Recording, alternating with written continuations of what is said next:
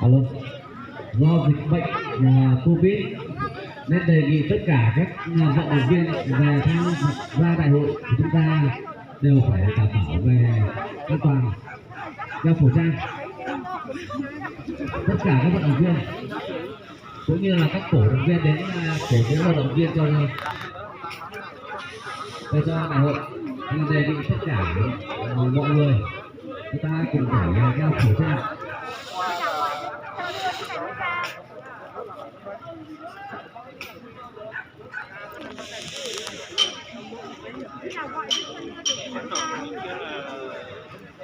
Bao nhiêu người? Ai bắn đấy?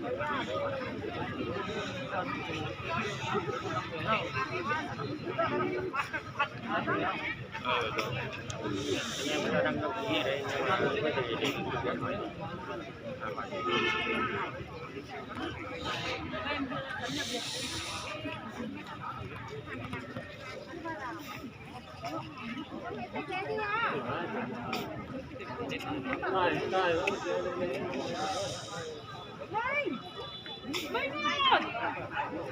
Mang ghế lại đây.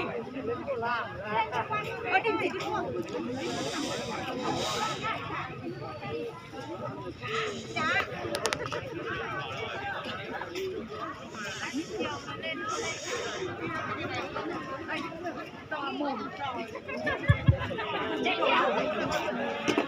Trong chương trình buổi sáng ngày hôm nay có nội dung thi đấu điền kinh chúng ta đẩy lại buổi chiều, còn lại là nội dung bắn nỏ đẩy gậy chúng ta vẫn tiến hành bình thường. Riêng cái môn điền kinh thì chúng ta đã đẩy lại buổi chiều bởi do môn điền kinh là các nội dung chạy là mặt đường mặt sân là đang ướt nên là không đảm bảo an toàn cho các vận động viên, nên chúng tôi quyết định là lưu lại buổi chiều.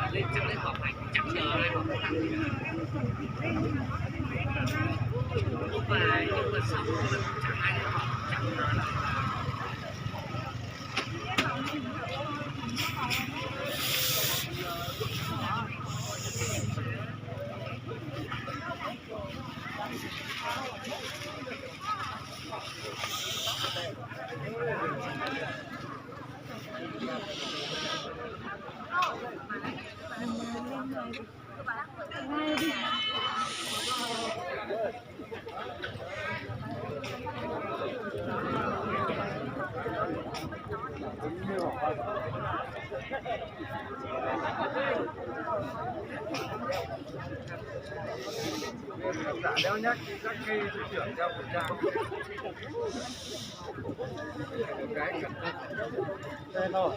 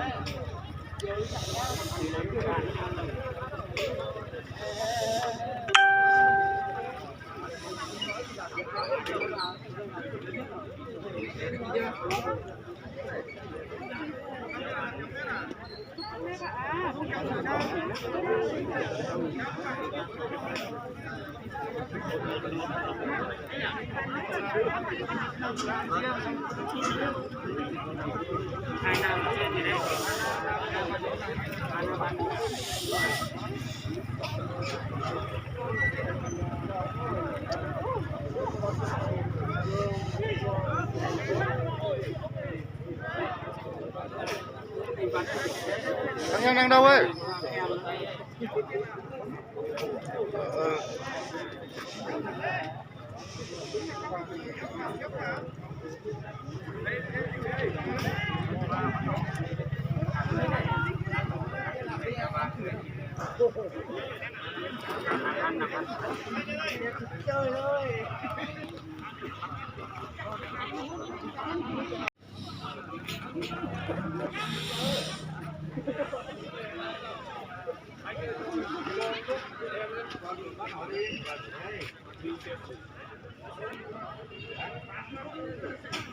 Vư Sia cử của Tiến Trải vào vệ số 4.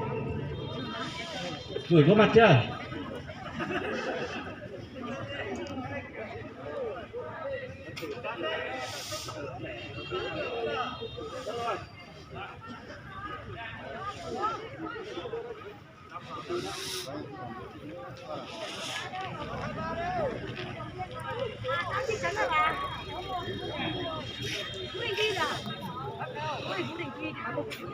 Cứ vào đi không mày chứ. Chưa gì nữa. Vư Sia cử của Tiến Trải đâu rồi? Các vận động viên có ban thưởng không? Các vận động viên ban thưởng một tên. Đúng không?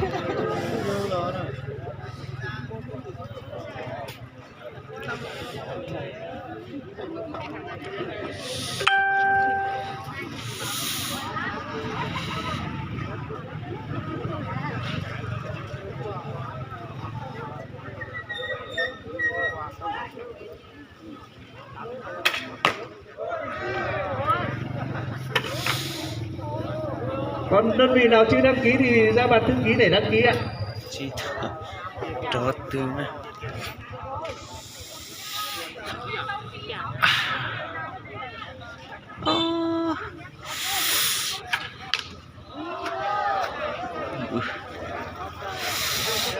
Trò tra.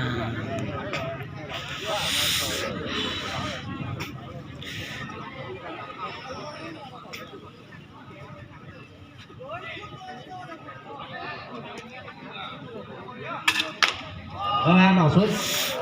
Kiểm tra bia. Trò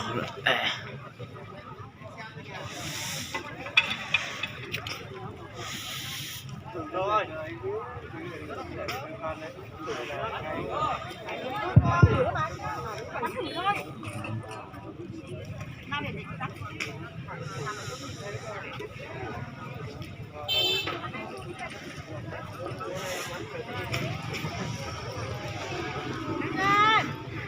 Phải thôi. 789 thì được rồi.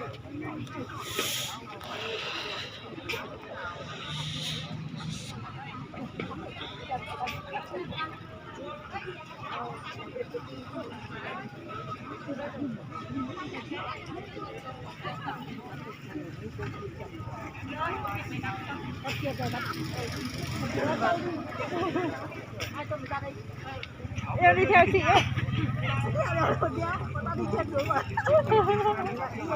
Các vận động viên chú ý ở tư thế đứng bắn 5 tên tính điểm bắt đầu.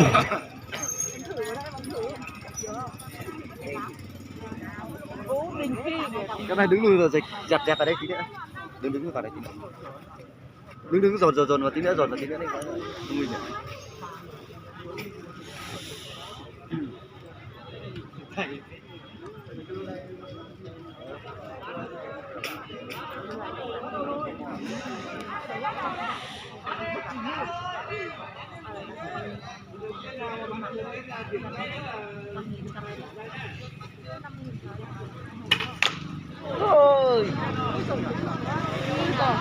Chả nhiều người nhận. Ui. Bắn ơi.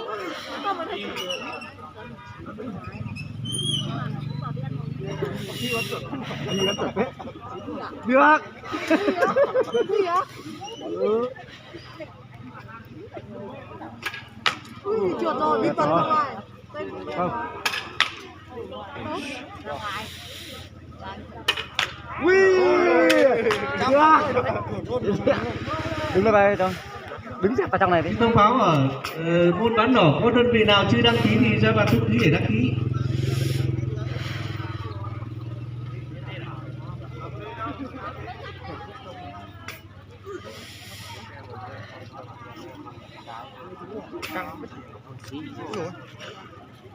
Đứng dịch vào nó nguy hiểm nha.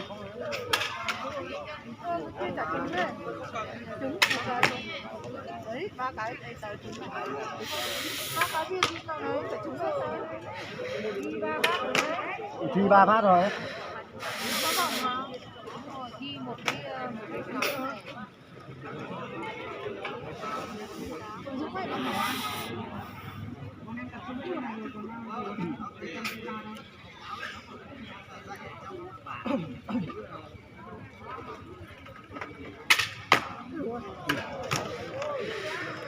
Xiên à?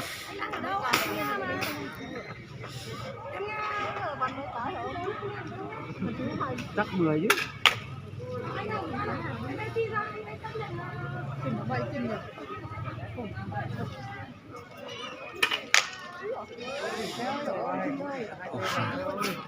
Thi 4 rồi. kia để còn sao ngoài.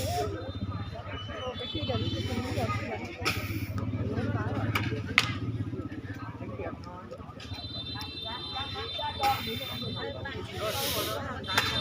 có chứ không nó không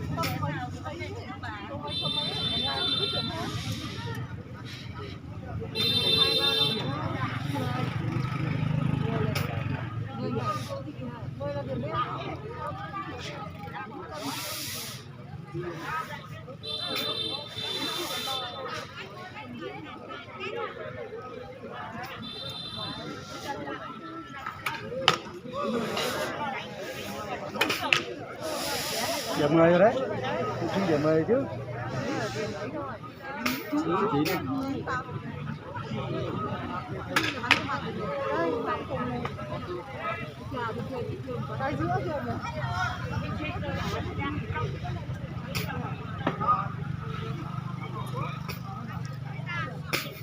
Các vận động viên đã bắn xong báo bia.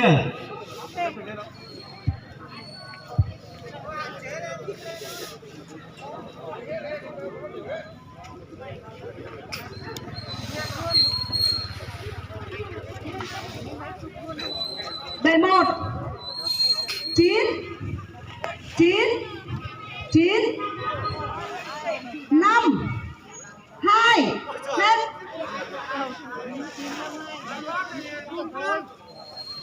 Bệ số 2 6 Chậm nhá.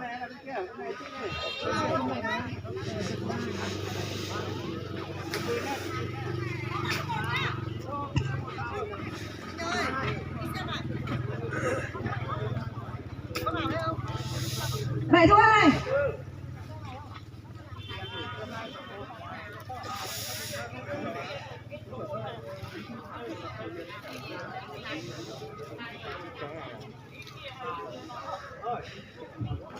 bệ số 2 6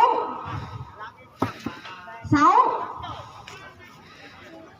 5 hết.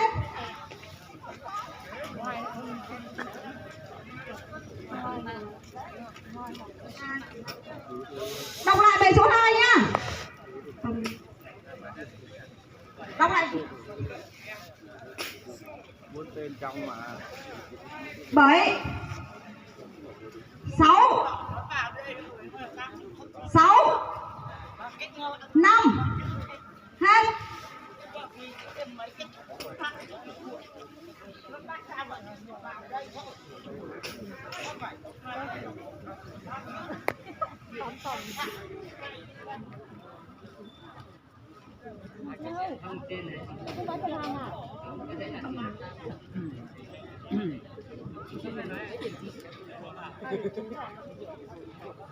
Về số 3 9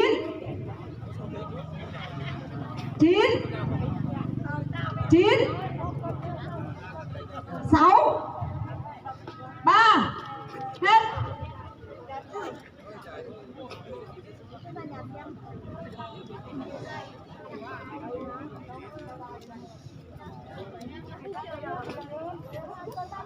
Về số 4 9 8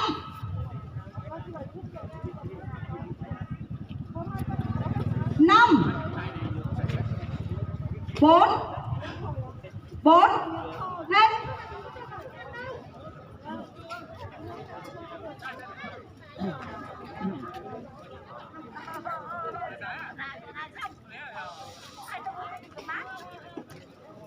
Đấy tờ nó đỡ mù đấy. Giờ mù đấy.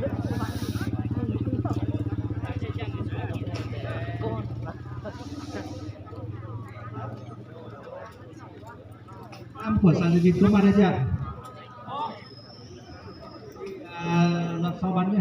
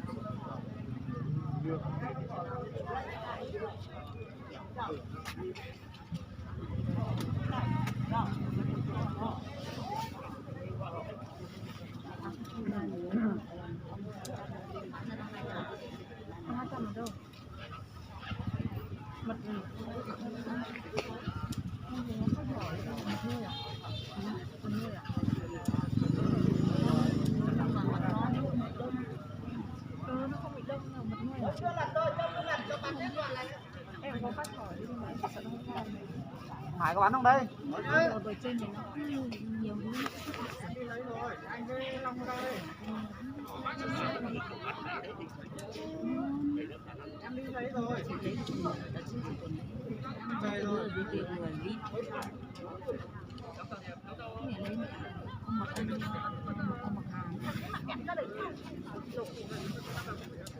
Chỉ biết mặt đấy mật gì? Mật bạc hai. Nó vàng. Biết rồi. Các vận động viên chú ý ở tư thế quỳ bắn 5 tên tính điểm bắt đầu. Em không dám bán thì mình không biết là có thật là mật bạc hà không.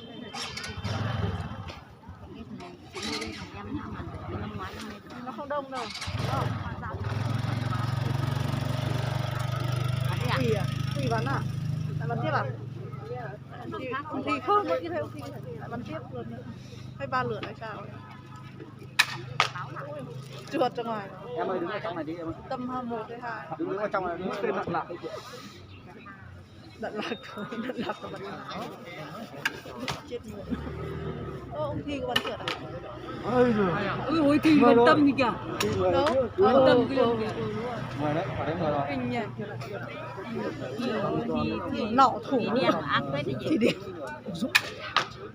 Cái kia còn đen nữa kìa, cái kia còn đen. Cái kia còn trung tâm kìa. Cái thứ hai kìa. Em chả nhìn thấy gì. Cái thứ hai. Ôi thằng cuối bắn áp, cuối bắn cái đúng đấy. Ở giữa chưa được cái nào, đúng không? Cái kia chưa được cái nào. Ông Thi ra đằng sau đúng không? ông Thi bắn được một cái đấy à? Rồi thu ra đằng sau, hai cái đều thu ra đằng sau. Ôi ông kia bắn kém thế, ông cuối kia bắn kém. Bây giờ ông Thi bắn áp hết nhỉ? đi xuống gần được cho ông Thành cho nên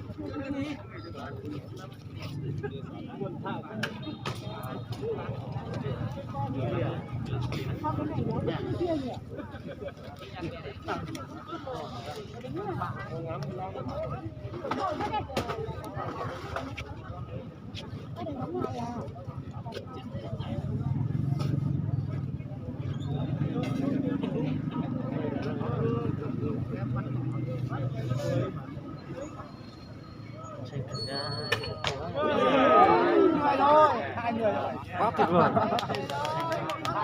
Bây giờ nó cũng chơi rồi. Số kia tôi trở là biết nhỉ. tại vì sẽ cười đến thế giờ tôi sẽ cười đến trở là Có người cạnh đấy. Có người bán hàng nhỉ? Giấu lỏ kệ thôi. thế thì em nhớ rồi. Cái đầu mới là cái nào.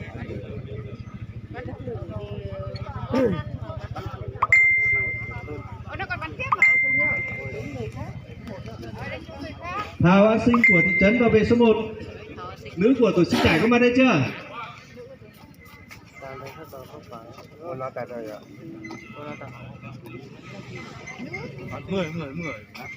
10 với nhau bắn được. Hoàng Thị Ngọc của tổ chức giải vào về số 2. Giang Thị 10 của tổ chức giải vào về số 3. Giang Thị Sung của tổ chức giải vào về số 4. Đi với thằng ấy chưa? Bây giờ là Đi ấy chứ. con gái trở nên con gái. Nó quen rồi đấy. Xa nhỉ? Sao mà bắn bắn kia? Sao?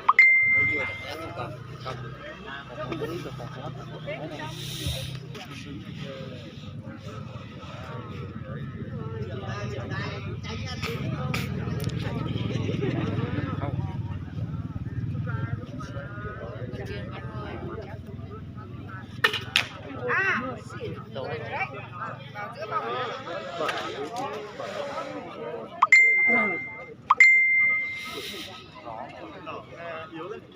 Chú giữa cái nhảy phải bóng phăng này. Cái bóng đen này giống. Đông phết đi nhỉ.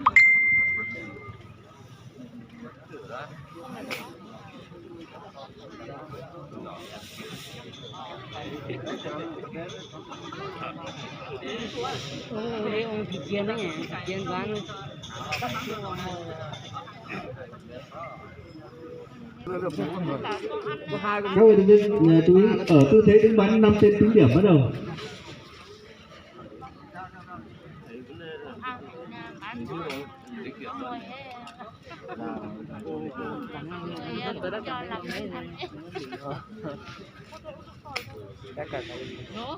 Đấy thì tôi cả ta được mình ta ta ta ta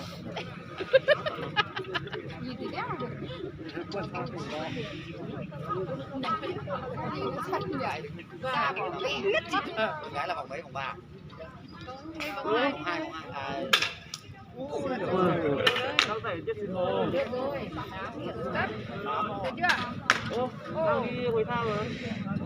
Dướng lắm đấy. Vòng 8 Ai con đàn bà xấu ở đấy rồi.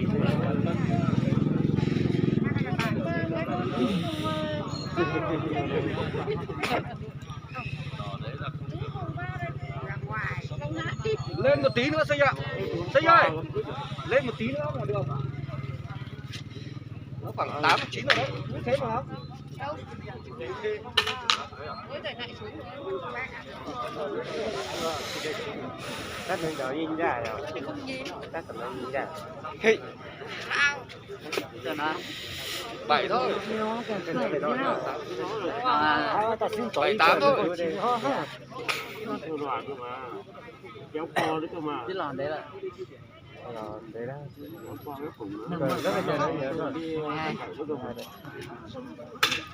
Béo mà ơi, còn kia nắm một đằng ra mà ba phẳng thủ chúng ơi béo trong 7 8 qua đi Xuống quá.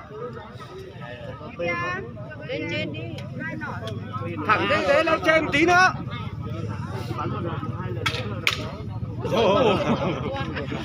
được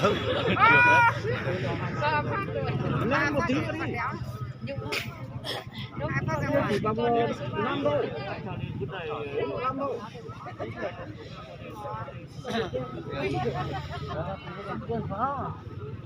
Sao từ từ phải sạch rồi ở chứ. chúng có chúng đấy nhưng còn được gì Cái chúng kia còn được rồi, còn lên con số 3 phải chúng thế nào?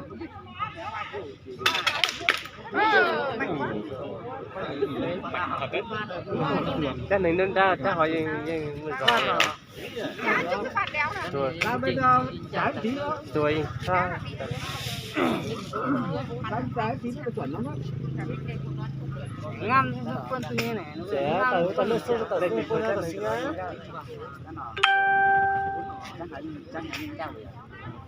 Cái gì tôi chỉnh cái tích rồi.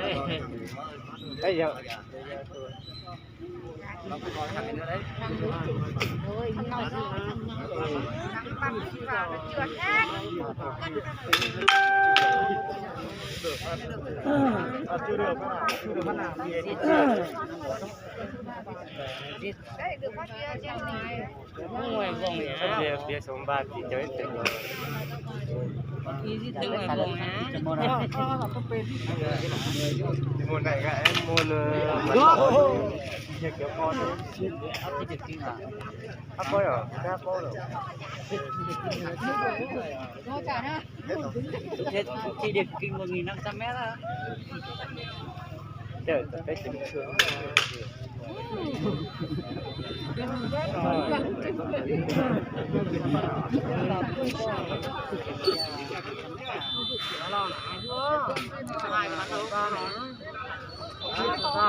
số 2 không bắn đầu Báo kia. Trên ngoài kia. Vòng đi số 2 nó kia, vòng nó quả nó